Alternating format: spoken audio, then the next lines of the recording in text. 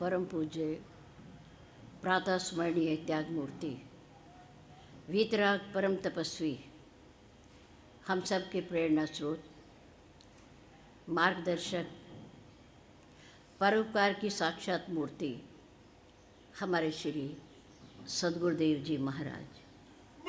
श्री सद्गुरुदेव महाराज की जय।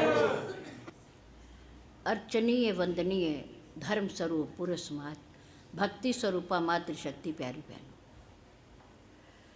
प्रातःकाल की शुभ वेला में श्री महादेव मंदिर के भव्य प्रांगण में परम पूज्य गुरुदेव जी के चरणारविंद में अपने अपने पैरों की चौकड़ी लगाकर बैठते हुए, शरीर को सीधा रखते हुए, मन को अपने पास लाते हुए, चित्त वृत्ति को एकाग्र करके बैठते हुए, चेहरे को मंच की ओर रखते हुए, आंखें खोल करके बैठते हुए, किसी भी प्रकार की हलचल को रोकते हुए, शांति का दान देते हुए, धर्ममय वातावरण में धर्म की चर्चा, जीवन सुधार की चर्चा, प्रभु की पवित्र पावनी चर्चा कहने और सुनने का प्रयास कीजिए। धन्यवाद। श्री महादेव मंदिर जी के पावन 29वें वार्षिक उत्सव के उपलक्ष्य में सभा के द्वारा 7 दिन का समय निश्चित किया गया, जिसमें आज प्रथम दिन है।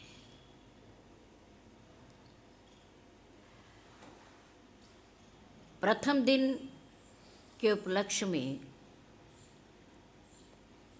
7 दिन के विषय में जो सूचनाएं हैं वो आज हो जानी चाहिए। नंबर 1, आप और हम मिल करके समय का पालन करेंगे। आज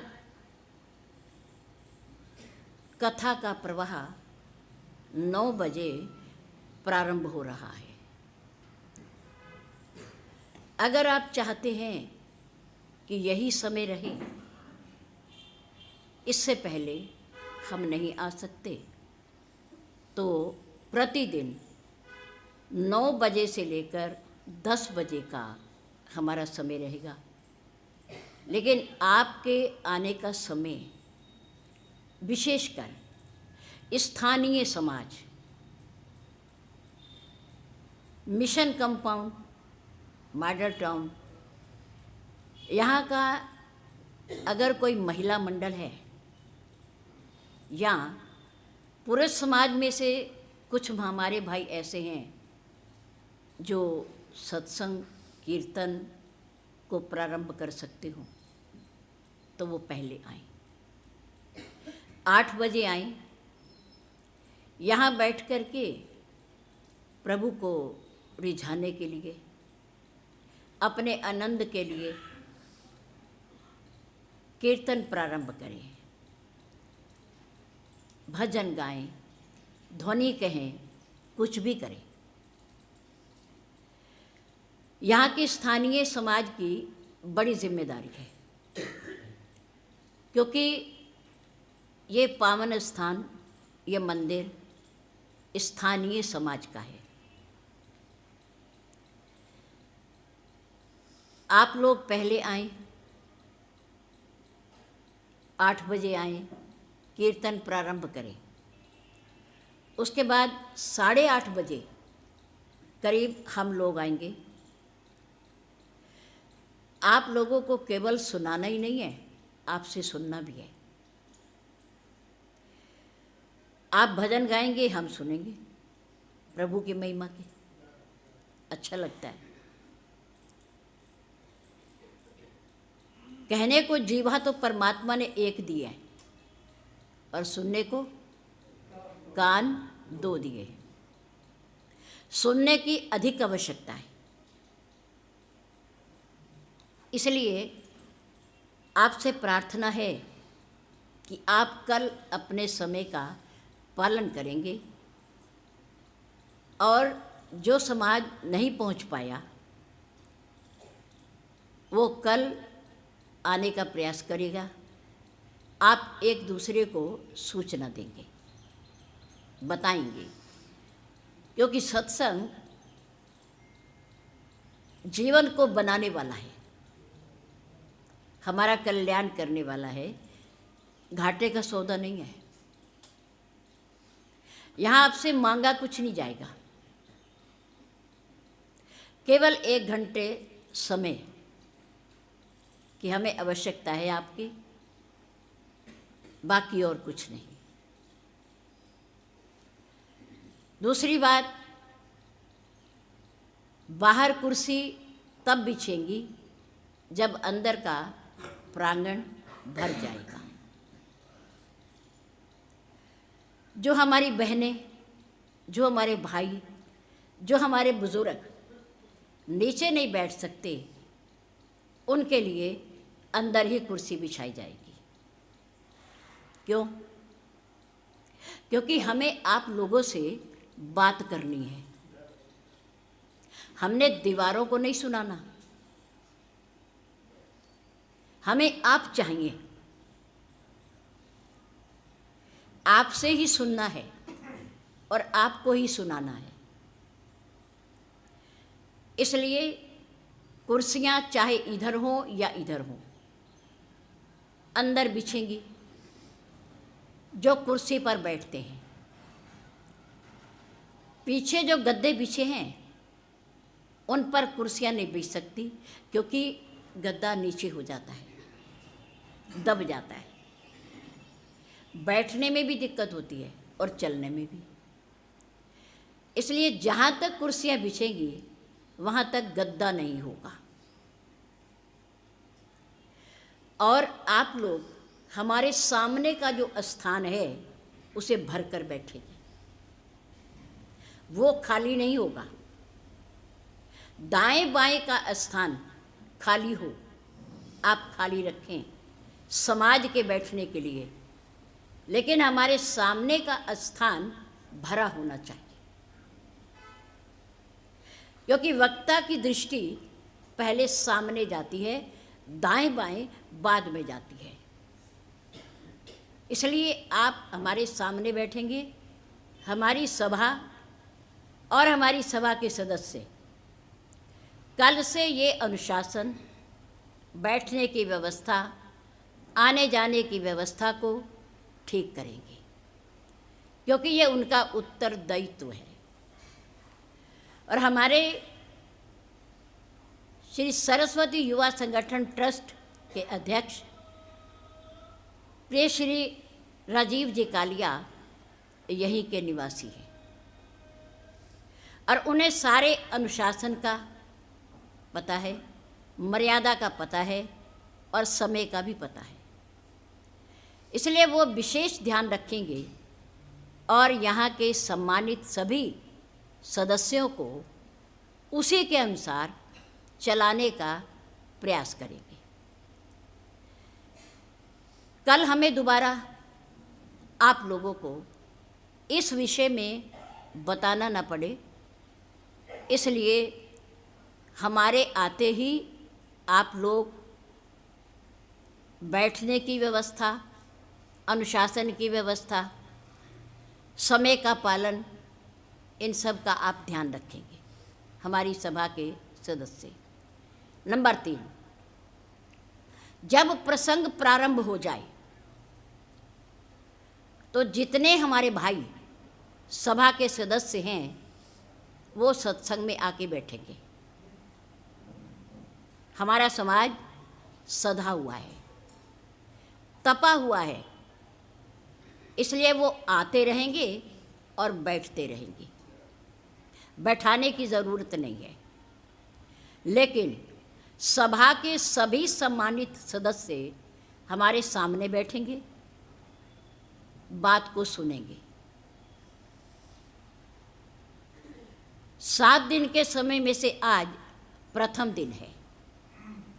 जो नीचे बैठ सकता होगा वो अंदर नीचे आकर के जरूर बैठेगा। इसलिए जब तक अंदर का हाल नहीं भर जाएगा तब तक बाहर कोई कुर्सी नहीं बिछेगी, क्योंकि सुनने वाले का समाज के आवागमन का बड़ा प्रभाव पड़ता है।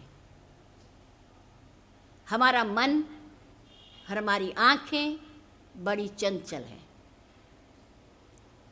आने जाने वालों को देखती भी हैं, हलचल भी करती हैं और ध्यान भंग भी होता है। और सत्संग एकांत में बैठ करके एकाग्र मन हो करके सुनने की आवश्यकता है। जब तक हम मन लगा करके इस बात को, सत्संग को नहीं सुनेंगे, तब तक ये सारी बातें हमारे ऊपर से होकर निकल जाएंगी, हमें पता ही नहीं चलेगा कि क्या बताया गया, क्या कहा गया, क्या सुनाया गया। इसलिए ये व्यवस्था है सत्संग को सुनने की।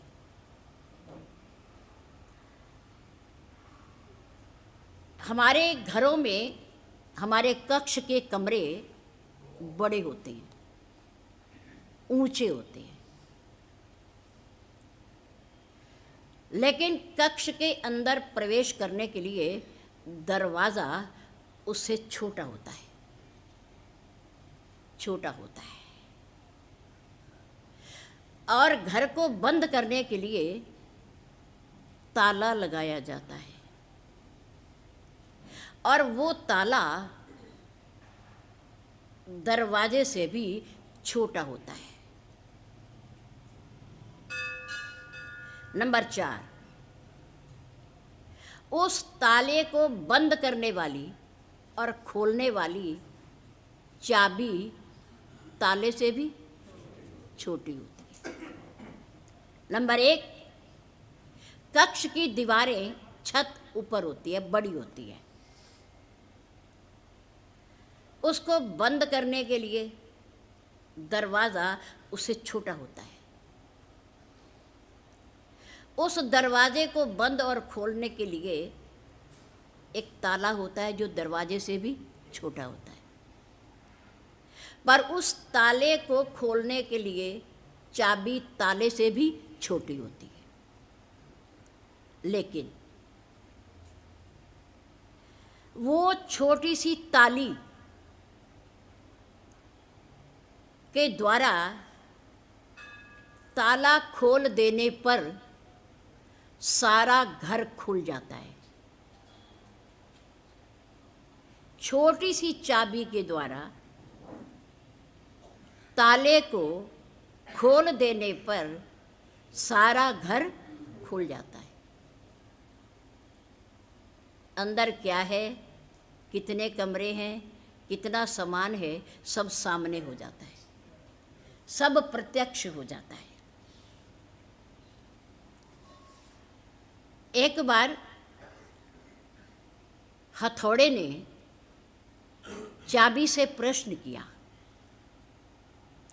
कि देखो बहन, मैं तुम्हारे से बहुत बड़ा हूं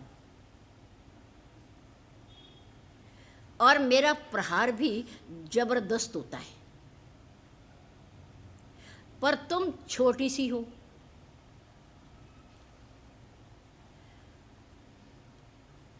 मैं बड़ा होकर के भी ताले को नहीं खोल सकता, पर तुम छोटी सी होकर के भी ताले को भी और पूरे घर को खोल देती हो।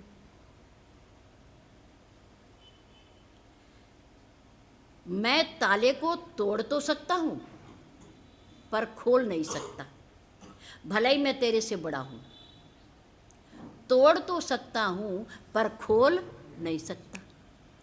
और बहन, मेरे द्वारा तोड़ा गया ताला उसके बाद फिर काम भी नहीं आता, और तुम्हारे द्वारा खोला गया ताला बार बार काम आता है, बार बार काम आता है। ये क्या बात है? हो तुम भी लोहे की और मैं भी लोहे का, जाति भी एक ही है। चाबी ने कहा, सुनो मेरे भाई, तुम बड़े हो, मैं छोटी हूं। तुम ताले को नहीं खोल सकते, तोड़ सकते हो पर खोल नहीं सकते, पर मैं खोल देती हूं। कैसे?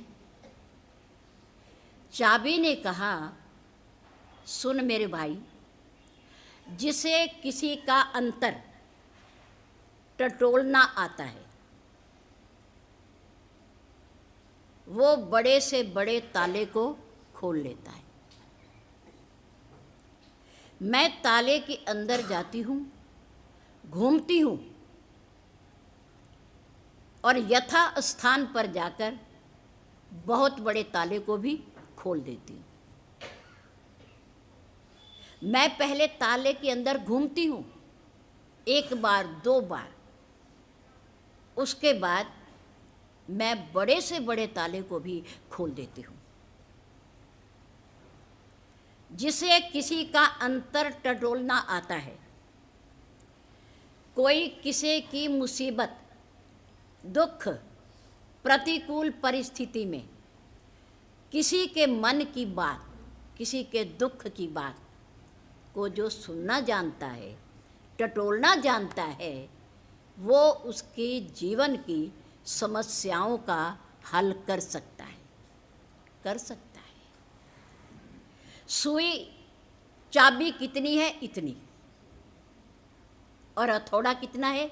इतना बड़ा। चाबी ने कहा, भाई तुम प्रहार कर सकते हो, चोट तो पहुंचा सकते हो, पर किसी के जीवन की समस्या का हल नहीं कर सकते। मार तो सकते हो, प्रहार तो कर सकते हो, चोट तो पहुंचा सकते हो, लेकिन किसी के जीवन के दुख को, कष्ट को, समस्या को, प्रतिकूल परिस्थितियों को तुम हल नहीं कर सकते, क्योंकि तुम्हारा प्रहार बड़ा कठोर होता है, कठोर होता है।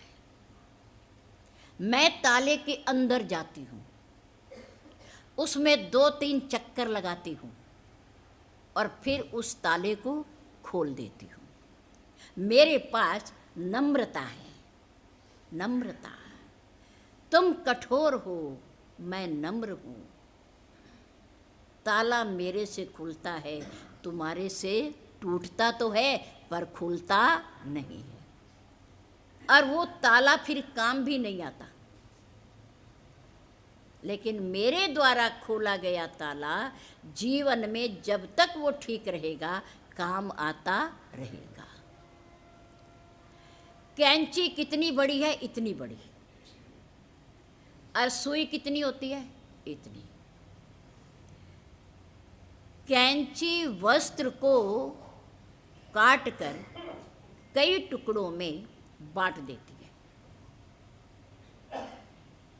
पर एक छोटी सी सुई उन वस्त्रों के टुकड़ों को जोड़कर सी देती है, एक कर देती है, और वो सिला हुआ वस्त्र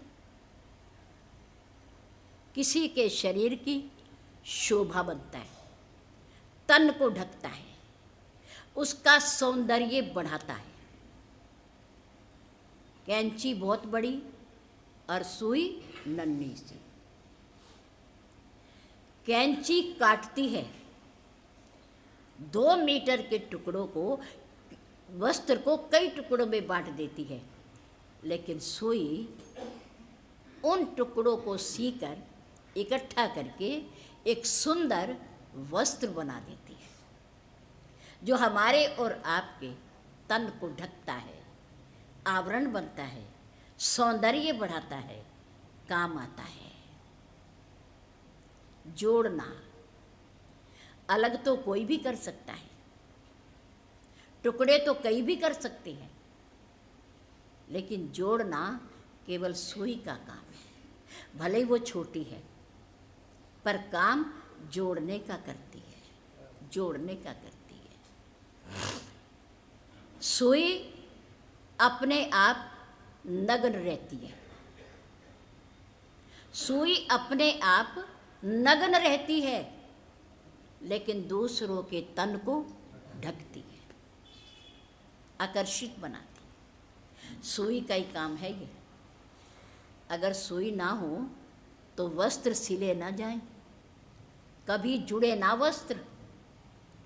सुई का ही काम है जोड़ना, कैंची का काम है काटना, कठोरता का काम है, भले ही वो बड़ी है पर उसका काम है काटना, और सुई का काम है जोड़ना।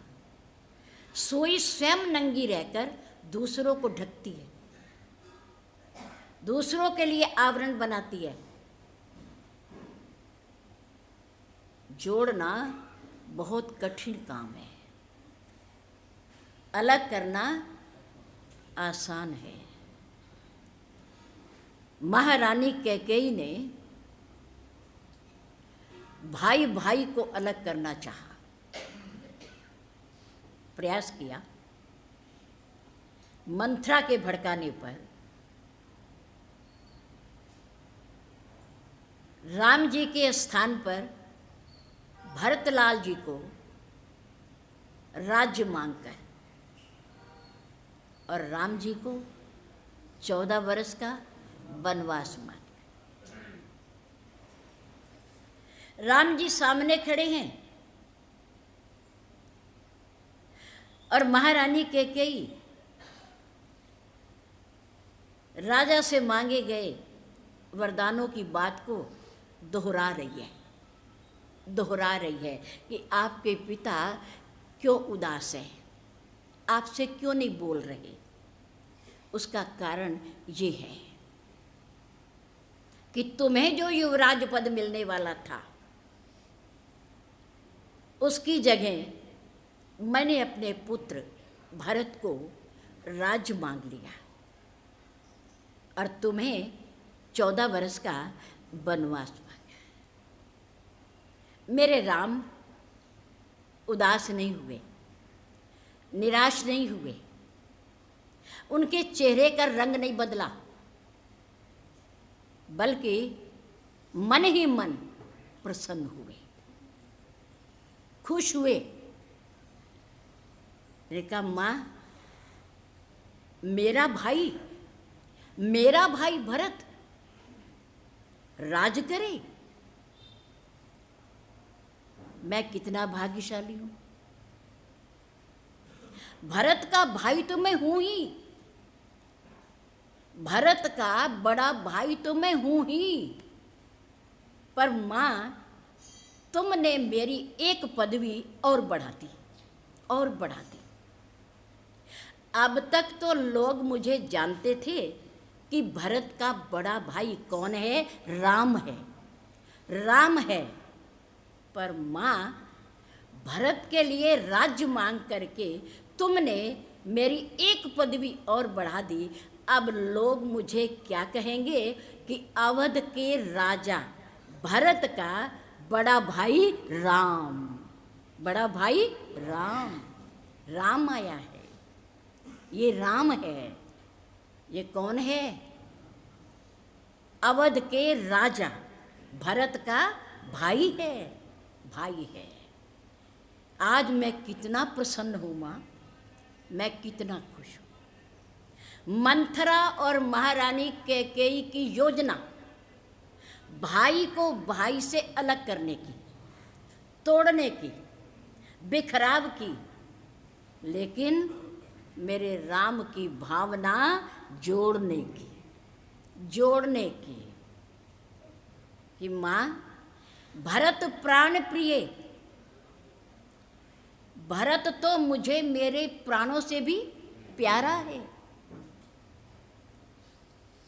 प्राणों से भी प्यारा है।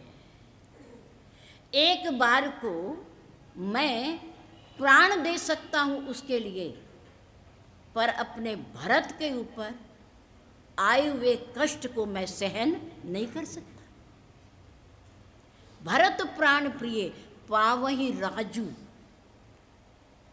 अगर मेरा भाई छोटा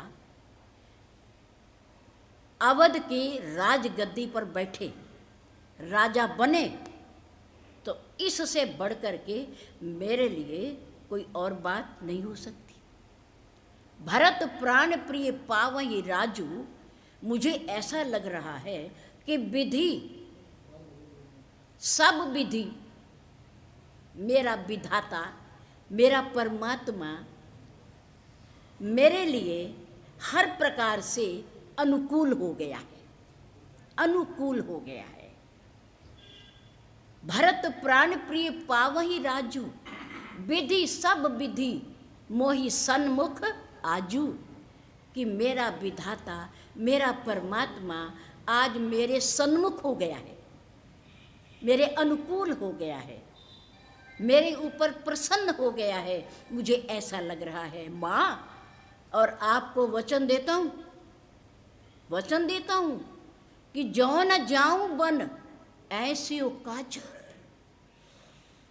अगर मेरा भाई भरत राजा बने और उसके राजा बनने पर अगर मैं बन ना जाऊं, माँ ध्यान देकर सुनना, अगर मैं भाई भरत के लिए 14 बरस का बन ना जाऊं, तो मेरी गणना, मेरी गिनती किस में होनी चाहिए?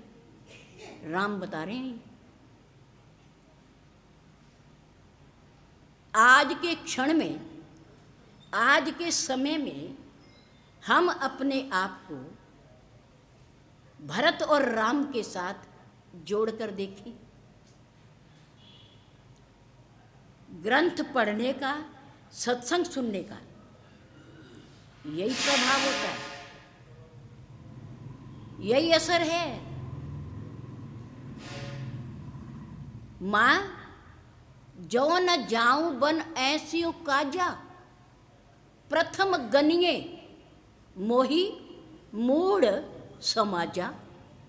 प्रथम गनिये, मूर्खों की, मूढ़ों की गिनती में, लिस्ट में सबसे ऊपर नाम किसका होना चाहिए? मेरा होना चाहिए, मेरा होना चाहिए। कौन कह रहा है? अरे राम कह रहे, राम कह रहे ये बात अपने भाई के लिए। जो न जाऊं बन ऐसे काजा, जो आपने आज्ञा दी है, वचन लिया है मेरे पिता से, पूज्य पिता से, अगर मैं इस वचन का पालन नहीं करता, बन नहीं जाता, तो माँ मूर्खों की गिनती में सबसे पहले गिनती किसकी होनी चाहिए? मेरी होनी चाहिए। बताओ, कहीं राम का दोष है? मेरे राम ने कोई अपराध किया है? मेरे राम की कोई गलती है?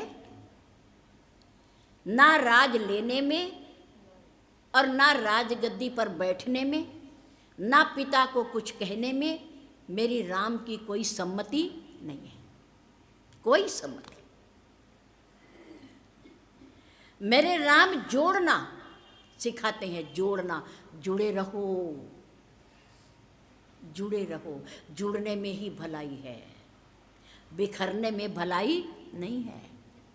छोटे बनो, कैंची ना बनो, छोटे बनो, काटो नहीं, अलग अलग ना करो, बिखराव ना करो, जोड़ो, जुड़ो और जोड़ो।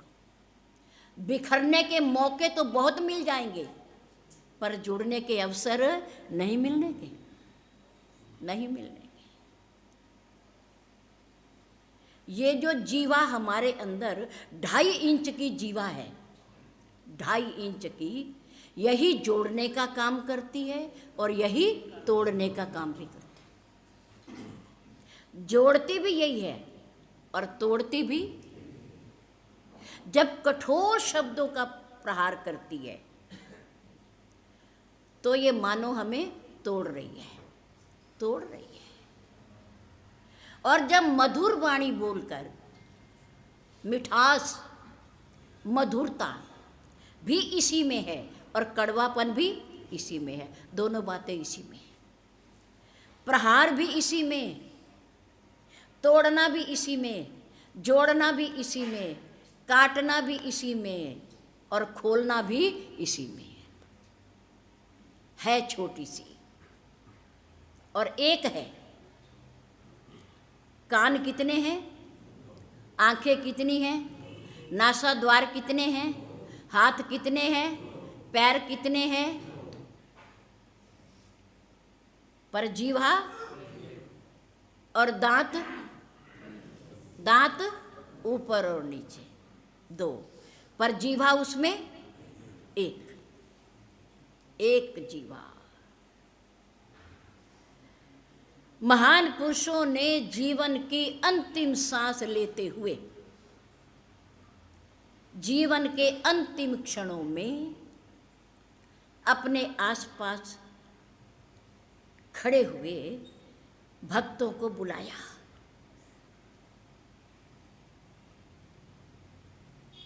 भक्त भाग कर आए। गुरुदेव का अंतिम समय है, अंतिम उपदेश है उनका, काम आएगा, सुन लेना चाहिए, सुन लेना चाहिए। सब भाग कर आए और इकट्ठे हो गए, हाथ जोड़कर खड़े हो गए। कहिए गुरुदेव, कहिए अपने जीवन की अमूल्य निधि, अमूल्य उपदेश, अंतिम उपदेश हमारे लिए क्या है आपका? उपदेश देने की बजाय महान पुरुषों ने अपना मुंह खोल दिया, मुंह खोल दिया। भक्तों ने कहा गुरुदेव क्या बात है, कुछ कहना चाहते हो, कह नहीं पा रहे हो, क्या बात है? महान पुरुषों ने कहा नहीं नहीं, तुम मेरे मुंह के अंदर झांको, मेरे मुंह के अंदर देखो, देखो।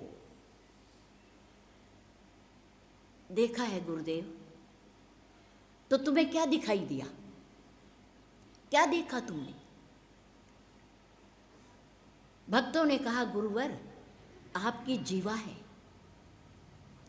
मुंह के अंदर आपकी जीवा है, और कुछ, और तो कुछ है नहीं गुरुदेव। तो पहले, कुछ समय पहले कुछ था, कुछ था, हाँ था। क्या था? दांत थे, ऊपर और नीचे दांत थे, दांत थे। एक कहावत है हमारे में कि दराती के दांत एक तरफ होते हैं, दराती के दांत एक तरफ, दूसरी तरफ प्लेन होती है, और वो खेत भरा हुआ फसल का हो, घास हो, उस पूरी को काट देती है। लेकिन हमारे और आपके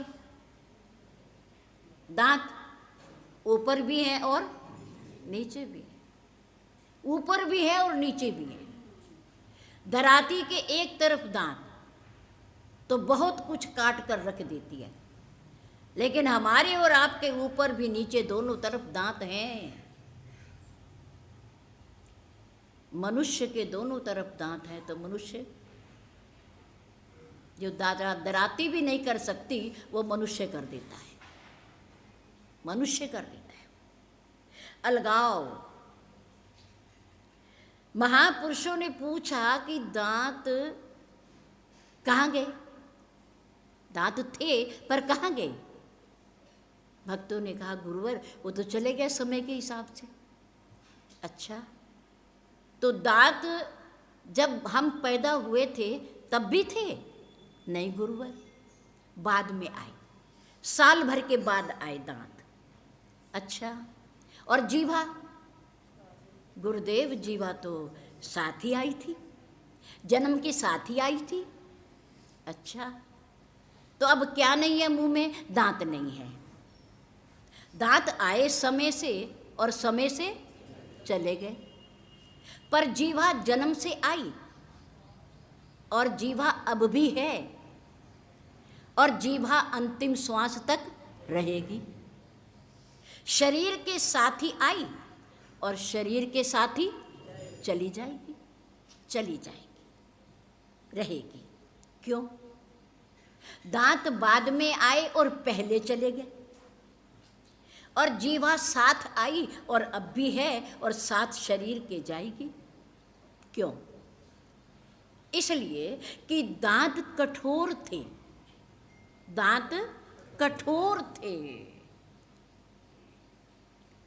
जीवा दांतों का भला करती है, कल्याण करती है, हित चाहती है दांतों का, लेकिन फिर भी दांत इतने कठोर हैं, इतने बेवफा हैं, इतने खुद गर्ज हैं कि ये फिर भी मौका पा करके जीवा को काट लेते हैं, काट लेते हैं।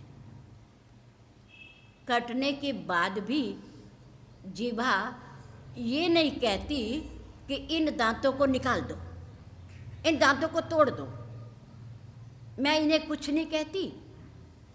इसमें अगर कहीं भोजन का कण फंस जाता है तो मैं घूम घूम के उस कण को निकालने का प्रयास करती हूँ, निकालने का प्रयास करती हूँ, ताकि दांतों में सड़न ना हो, बदबू ना हो, पायरिया ना हो, ये टूटे ना। मैं इसका भला चाहती हूँ, लेकिन ये है कि समय पा करके ना कहने वाली जीव को भी काट लेते हैं, काट लेते हैं, प्रहार कर देते हैं। लेकिन मैं फिर भी नहीं कहती कि इन्हें उखाड़ दो, इन्हें काट दो, निकाल दो इन्हें। क्यों? क्योंकि मेरी इन दांतों के साथ दोस्ती हो गई है, मित्रता हो गई है तो हमारे ही ना, है तो मेरे ही ना, कोई बात नहीं, फिर क्या हो गया। और याद रखो, जीवा में कभी दांत लग जाए, खून भी आ जाए, तो सबसे पहले चोट लगी हुई जीभ सबसे पहले ठीक होती है। अगर जीभ दांतों से कट भी जाए, खून भी आ जाए, तो जीभ का जख्म सबसे पहले बहुत जल्दी ठीक होता है, शरीर के और जख्मों की अपेक्षा।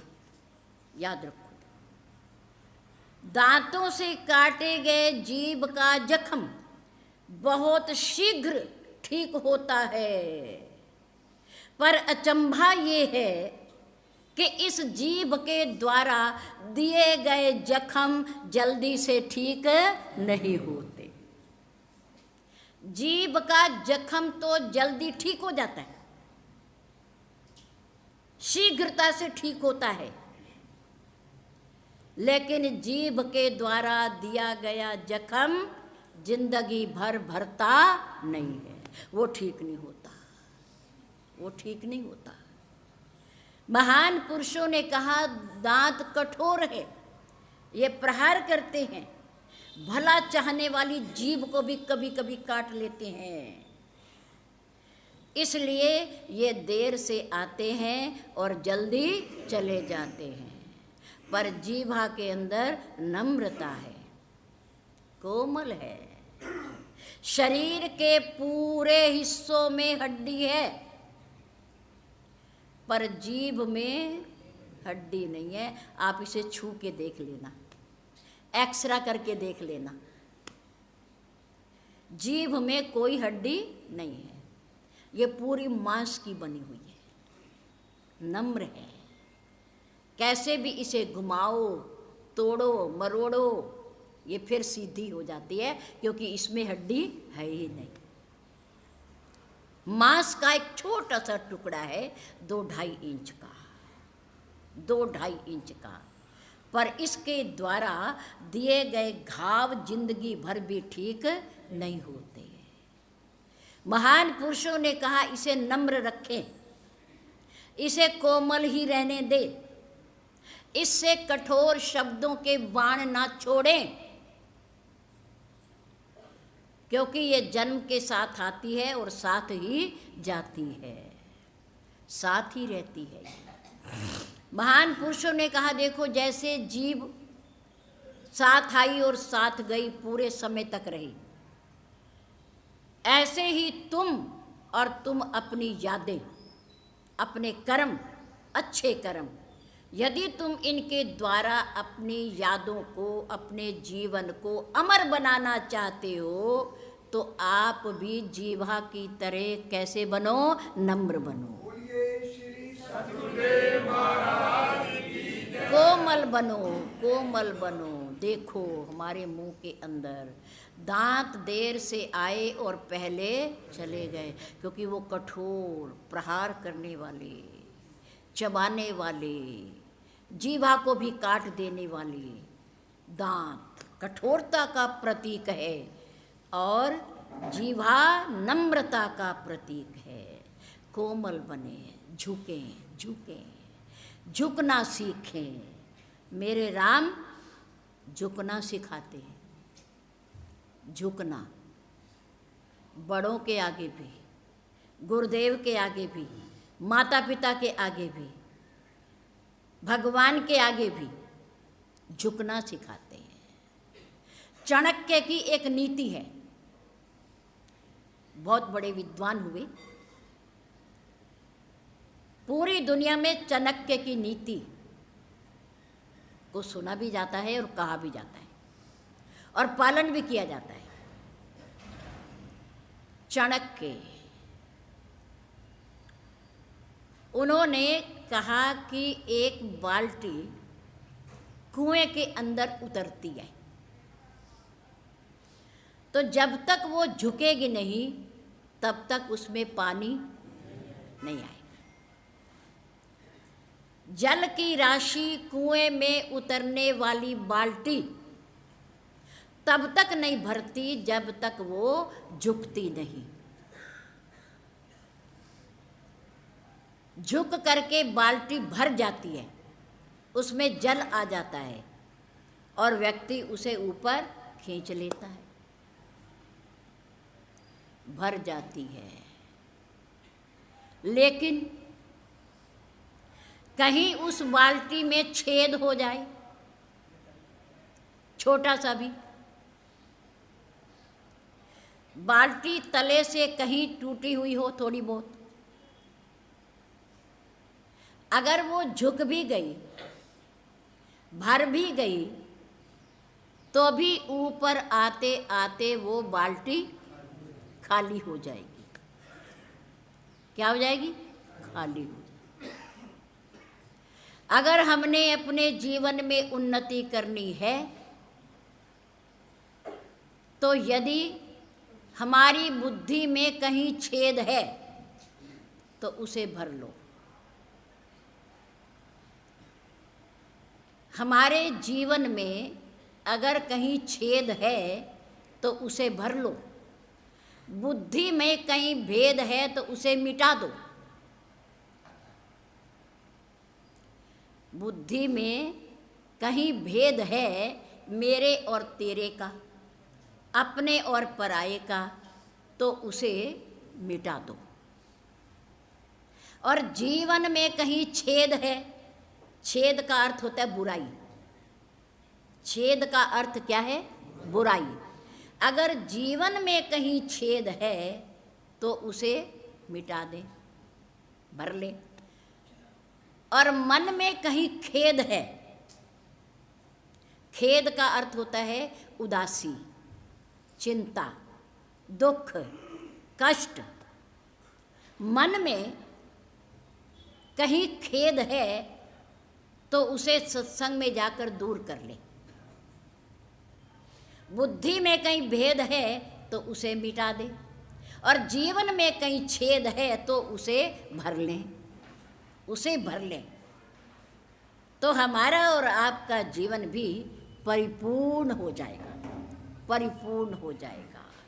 तीन चीज़ें, बुद्धि में भेद, मन में खेद और जीवन में छेद, तीन चीज़ें अगर हैं हमारे जीवन में और हमें पता चल गया है कि हमारी बुद्धि में परिवार में रहते हुए, समाज में रहते हुए कहीं अपने और पराये का, मित्र और दुश्मन का, मेरे और तेरे का अगर कहीं भेद है तो उसे मिटाने का प्रयास करें, मिटाने का प्रयास करें। और जीवन में कहीं छेद है और हमें पता चल गया कि हमारे जीवन में ये बुराई है, हम क्रोधी हैं, हम लोभी हैं, हम अभिमानी हैं, हम अहंकारी हैं, तो हम उस छेद को भरने का प्रयास करें, भरने का प्रयास करें, उसे दूर करने का प्रयास करें। अगर परिपूर्ण होना चाहते हैं तो बाल्टी में जब तक छेद रहेगा वो कुएं में जा कर के भी, झुक कर के भी ऊपर आते आते खाली हो जाएगी, खाली हो जाएगी। अगर हमारे जीवन में छेद है तो हम भले ही सत्संग में बैठे हों, सत्संग सुनते हों, गुरु वाले हों, शास्त्र पढ़ते हों, पर हम खाली के खाली हैं। हमें लगता हो कि हम प्रतिदिन इस नियम का पालन करते हैं, हम माला भी घुमाते हैं, हम कीर्तन भी करते हैं, हम दान पुण्य भी करते हैं, हम सत्संग में भी जाते हैं और हम रामायण और गीता भी पढ़ते हैं, लेकिन इतना होते हुए भी अगर हमारे जीवन में बुराइयां हैं, छेद हैं, तो वो हमारे जीवन को परिपूर्ण नहीं कर सकते, नहीं कर सकते। उनको निकालना पड़ेगा। अनजाने में हमें नहीं पता कि हमारे अंदर ये बुराई है। क्यों? क्योंकि ये जो दो परमात्मा ने आंखें दी ना, ये पूरी दुनिया को देखती है, अच्छे बुरे को, सारे सौंदर्य को, आकर्षण को, सबको देखती है। लेकिन कमी इनमें एक है, अगर ये नहीं देखती तो अपने आप को नहीं देखती, क्योंकि सामने है ना, सामने वाले को तो देखती हैं लेकिन अपने आप को,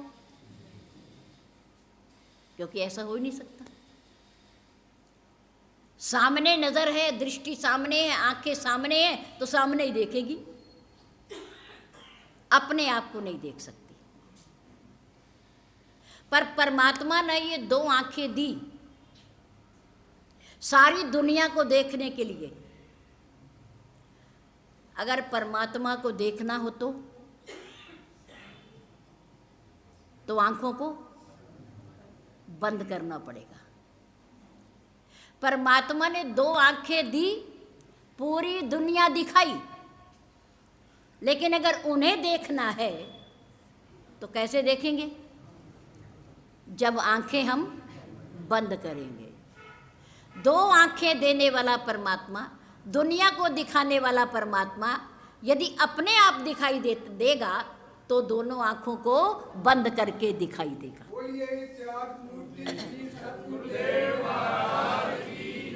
इसलिए कहते हैं ध्यान करो, ध्यान करो, ध्यान करो। कैसे ध्यान करो? बाहर से आंखें बंद करके आंतरिक ध्यान करो, आंतरिक ध्यान करो। बंद आंखों से ध्यान होता है, खुली आंखों से ध्यान, क्योंकि ये सबको देखती हैं, सबको देखती हैं, तो सबको देखती हैं तो ध्यान भटक जाता है, बिखर जाता है, मन हाथ में नहीं रहता। तो भगवान का ध्यान जब होता है तो आंख बंद करके होता है। माँ सीता ने जब प्रभु राम को पुष्प वाटिका में देखा और जब सखी ने आकर के कंधे पर हाथ रखा, सीते घर भी जाना है, आज स्वयंवर भी है, समय हो रहा है, माँ डांटेगी, जल्दी करो, आओ अब घर चलो। अब माँ की नजरें नहीं हट रही थी। वहां से घूमते समय माँ सीता ने अपनी आंखें जो अब तक खुली थी राम को निहार रही थी, राम को देख रही थी, उस समय उन्होंने वो दोनों आंखें बंद कर ली, क्योंकि अभी प्रभु सामने थे। अब उससे मुड़ी, उनसे पीठ की, तो अब भगवान उनके अंदर आ गए। कहाँ आ गए? अब वो उन्होंने ध्यान लगा लिया और अपने अंदर उन्हें देखने लगी, अपने अंदर देखने लगी, निहारने लगी, अंतर्मुख हो गई, आंखें बंद कर ली। जब तक सामने थी आंखें खोल कर देखा, अब उनसे मुड़ी तो उन्होंने अपने अंदर उन्हें देखना शुरू कर दिया बंद आंखों से। पूरी दुनिया को दिखाने वाला परमात्मा अपने आप बंद आंखों से दिखाई देता है, अंतर्मुख होकर के दिखाई देता है। मन लगता है, ध्यान एकाग्र होता है, उससे जुड़ता है, जुड़ता है। भगवान राम ने कहा, माँ मेरा भाई भरत राजा बने और मैं वन में रहूं, इससे अच्छी बात तो मेरे लिए कोई हो ही नहीं सकती, हो ही नहीं सकती।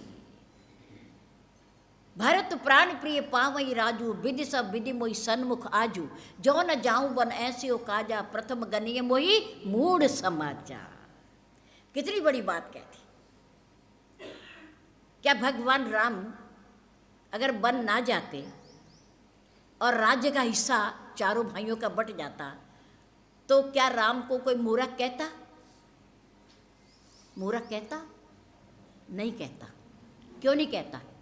क्योंकि पिता की जायदाद में बच्चों का हक होता है, होता नहीं? पिता की, माता पिता की जायदाद में, संपत्ति में बच्चों का हक होता है कि नहीं होता? होता है। और खुशी से माता पिता दे देते हैं तो अच्छी बात है, और नहीं देते हैं तो क्या करते हो? क्या करते हो? किसी को बीच में डालते हो, बंटवारा कराते हो। अगर फिर भी नहीं होता तो क्या करते हो? तो सरकार के पास भागते हो, कचहरियों के चक्कर काटते हो, मुकदमा करते हो ना। तो फिर आपको कोई मूर्ख थोड़ी कहता है। भाई अपना हक मांग रहे हो, अपना अधिकार ले रहे हो, तुम मूर्ख थोड़ी हो, अपना हिस्सा ही तो मांग रहे हो। तो अगर भगवान राम बन ना जाते और पिता की जायदाद में से अपना हिस्सा ले लेते और भाई भी ले लेते, तो क्या राम को कोई मूर्ख कहता? नहीं कहता। लेकिन मेरे राम अपने आप कह रहे, अपने आप को देखो, गलती नहीं है तो भी गलती मान रहे हैं, अपने आप को मूर्ख कह रहे कि अगर मैं बन ना जाऊं तो हे मेरी माँ, मूर्खों की गिनती में, लिस्ट में सबसे पहला मेरा नाम होगा, प्रथम गणिये। पहले मेरी गिनती करना कि वो राम जो राजा दशरथ का पुत्र है वो सबसे बड़ा मूर्ख है, कि भाई को राज्य देने में देखो कितनी आनाकानी उसने की। अधिकार तो उसका भी था, अधिकार तुम्हारा भी है, लेकिन मेरे राम तोड़ते नहीं, वो जोड़ते हैं। श्री रामचंद्र महाराज की जय। अगर कुछ नुकसान उठा करके भी अगर परिवार जुड़ता है, समाज जुड़ता है, भाई भाई जुड़ते हैं, तो उस नुकसान को उठा लेना चाहिए। वो नुकसान नहीं देता, कहलाता नहीं नुकसान। वो जब जुड़ जाओगे तो जुड़ने के लाभ जब आपके सामने आएंगे ना, है ना। अब राम के बन जाने के बाद देखो, ये रामायण बनती ना। अगर राम बन ना जाते तो इतना बड़ा ग्रंथ बनता ही ना, आज उनकी महिमा का गुणगान ही ना होता, आज उनका नाम ही ना लिया जाता, उनको याद ही ना किया जाता। लेकिन उन्होंने परिवार को जोड़ने का काम किया कि मैं बन जाऊंगा और मेरा भाई भरत राजा बनेगा, राजा बनेगा। और भाई भरत ने भी राजा किसको बनाया? राम को ही बनाया, राम को ही बनाया। राम की सरलता, राम की उदारता। भरत ने कहा राजा मैं नहीं हूं, मेरी तो माँ ने मेरे लिए मांगा है, मांगा है राज। राज मेरा नहीं है, राज मेरे भाई का ही है, राजा वही है। त्याग में ही सब कुछ है, त्याग में ही सब कुछ है। मेरे राम ने राज्य का त्याग किया, बन गए श्रृंगवेरपुर के राजा, निखाद राज को जोड़ा, किष्किंधा के राजा सुग्रीव को जोड़ा, और रावण जैसे प्रतापी राजा के भाई विभीषण को भी जोड़ा। श्रृंगवेरपुर भी अपना बनाया, किष्किंधापुरी भी अपनी बनाई, और लंका भी अपनी बनाई। केवल अयोध्या थी राजा दशरथ की। उन्होंने वन में जाकर के कितना लाभ, कितना फायदा हुआ। श्रृंगवेरपुर भी आया, किष्किंधापुरी भी आई, और लंकापुरी भी आई। तीनों राज्य आए, तीनों देश आए, और पूरी धरती को एक सूत्र में पिरो दिया। अखंड राज्य, अखंड राज्य। प्रभु राम चक्रवर्ती राजा। कौन थे? चक्रवर्ती राजा। राजा नहीं, सम्राट नहीं, चक्रवर्ती राजा। चक्रवर्ती राजा किसे कहते हैं? एक छत्र राज्य, अखंड राज्य जिसके टुकड़े ना हो। पहले केवल अयोध्या मिल रही थी, अब पूरी धरती में जितने राज्य हैं सब किसके हैं? राम के हैं, राम के हैं।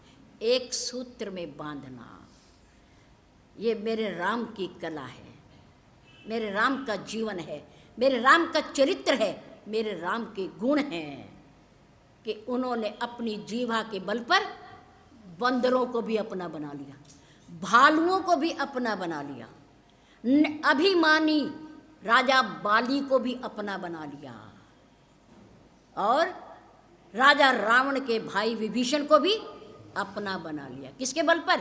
जीवा के बल पर जोड़कर, अंतर टटोल के चाबी की तरह उन्होंने सारों के जीवन के ताले खोल दिए, समस्याओं का हल कर दिया, समाधान कर दिया। हम उस राम को मानते हैं जो हमें जुड़ना सिखाते हैं, एक झंडे के नीचे बैठना सिखाते हैं। हम एक हैं, भले ही हमारे परिवार अलग अलग हैं, हमारी जाति अलग अलग है, हमारा व्यापार अलग अलग है, पर वास्तव में हम एक हैं, एक हैं, हिंदू हैं।